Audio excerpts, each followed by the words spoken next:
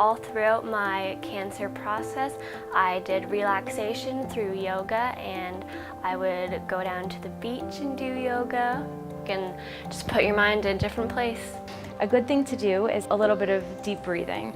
So to a lot of teens it sounds really silly when we say it in the beginning, but once they try it out it really helps. Any little tiny thing that you can do to distract your brain makes the time go faster and the pain not feel as bad. My brother, I remember, brought me coloring books, so I felt like a kid again. He stayed with me for like 2 days till we just colored the 5 books of the coloring books. And I really caught up on my gaming, but after a while, that lost its touch as well. I taught myself how to program, as well as a ton of other skills that are now helping me a ton at school and everything. It's a ton of spare time you have, so why not use it to its best potential? And they had me see this social worker that she wanted me to clench my hands and tighten every muscle in my body, slowly and release it.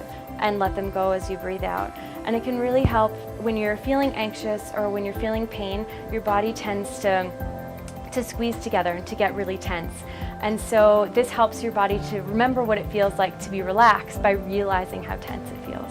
Most of the time I was just I just have to do what I have to do, and I just kept calm and just went through with it. I basically, every time they'd put in a needle, I told them not to count down, not to tell me when it was happening, because I found when they counted down, that was when you were aware it was going in, and that's when you really realized what was happening. I don't like looking at the needle or, just the person doing it. I just kind of tend to look to the side or, just talk to whoever's there with me, my brother, my mom, maybe even a friend that I have there.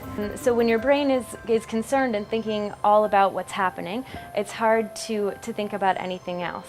But if you work really hard at something as simple as reading a book or watching TV or playing a game with your family, it can help you not to think about what else is happening, and it really helps the time to go faster.